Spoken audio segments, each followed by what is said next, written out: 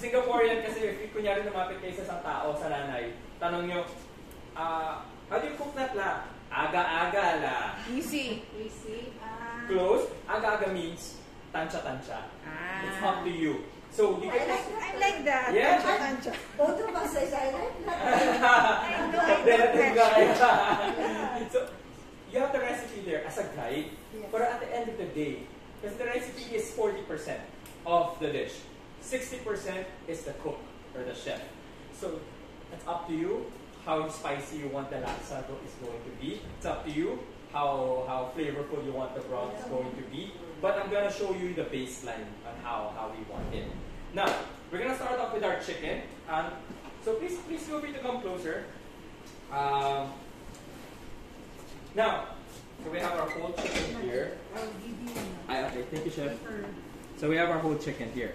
Now, as you can see, in our recipe, it says there's chicken powder. Most people are like, oh my god, chicken powder. How dare you, Anton? But no, chicken powder is actually nice for this particular dish because we want our broth, our stock, to be as flavorful as possible because we're not just going to use it for our chicken. We're going to use it for our chili sauce and we're going to use it for our rice. And sometimes Singaporeans, they use it as a soup also. So this is going to be our mother sauce. So if we fail here, we fail in everything. And this is going to flavor our chicken. Now, at home, if you have a lot of excess bones, perfect. You can include it in our stock. But if you don't, then that's going to be a bit difficult. That's why meron akong and let's face it, most hawkers, most Chinese restaurants, they make use of chicken powder. It's more practical also. Now, you have your chicken right here, which is very nice. I would like for you guys to get the back end parts and trim off the fats. The fats. Now, you don't throw this out. We're gonna set this aside because we're gonna make our own chicken oil. Oh, okay. Mang inasal style. No kidding. But we're just gonna make our chicken oil. Just get a few of this. Some they remove the bud. And they also include that also. So that's very fatty also. Now, I have my pot of water here. In the recipe, traditionally, they make use of the whole chicken. But the thing is, sa bahay, wala tayong malalaking pots, honestly. And, importante sa Hainanese chicken is hindi siya dumikit sa ilalim ng pot as much as possible. Why? It ruins the skin. So you want it to be as smooth as possible. Actually, in Singapore, I saw my mom grabbing some rock salt and inaano pa niya to, ina-exfoliate niya. Seryoso, just to make a nice appearance, nice skin. So what I'm going to do now is I'm going to slice this into half. Now, familiar naman kayo how to fabricate chicken? Not really. Okay, ayun, may mga, it's easy lang. I'm gonna make use of the neck bone anyway. So this is very rudimentary way of So you see the backbone. Ito common mistake Ito yung breast, ito yung back. Most people kasi sa mga culinary school, it's makamukha lang. They start slicing the So get your knife. Be careful lang. Cut through the spine like so. And then, this is so much easier. Thank you, Chef. This is so much easier. If you have kitchen shears that are very sharp, it's much safer also. You can just grab it and just cut it. Ang talim nito, Very good. I like it. I like it. And at home, for those who are cooking, a sharp knife or sharp tools are actually safer than dull ones. A sharp knife is a safe knife nga, sabi nila, which is true. So, get this. I'm gonna set this aside. And then you get this nice portion right here.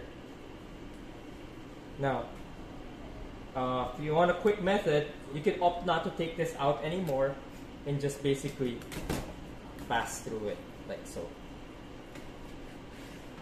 And then you see these excess fat. You can, not too much though, but you can take it out also. We're gonna use it for our oil. Kasi every bit of flavor that we can extract from the chicken would do us really well. Okay, so I'm just gonna wash my hands. I'm gonna put this here. 1 second.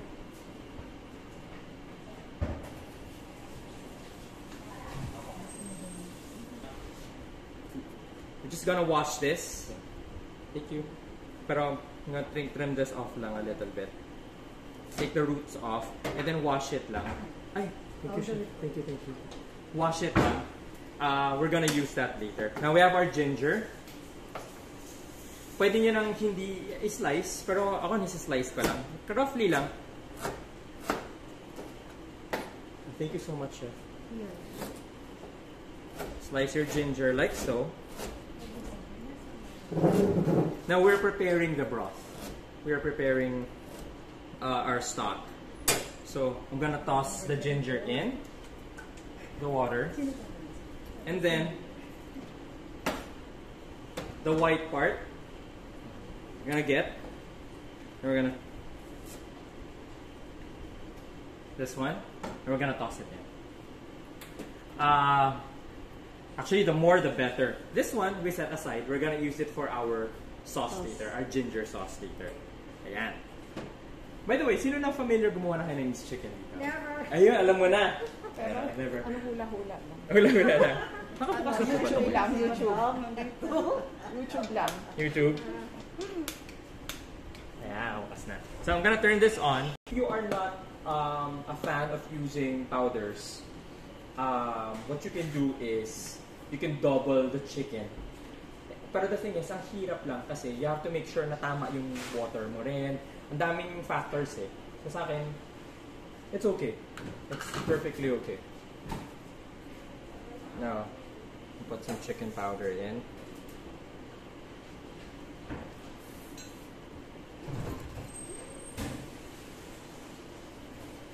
Okay. Now, you want this liquid of yours to be salty. Gusto niya siyang salty. Why? Kasi, kung nakakain na kayo ng Hainanese chicken, matabang talaga siya. Pero you want manuot yung lasa. So you want it to be salty. Parang ano, parang pasta water for me, in a way. Not super salty naman, pero should be aromatic. Start na natin. You can go to your stations. Tapos kung may questions kayo, feel free to ask lang. And then, you can start fabricating your chicken. Ingat lang ha.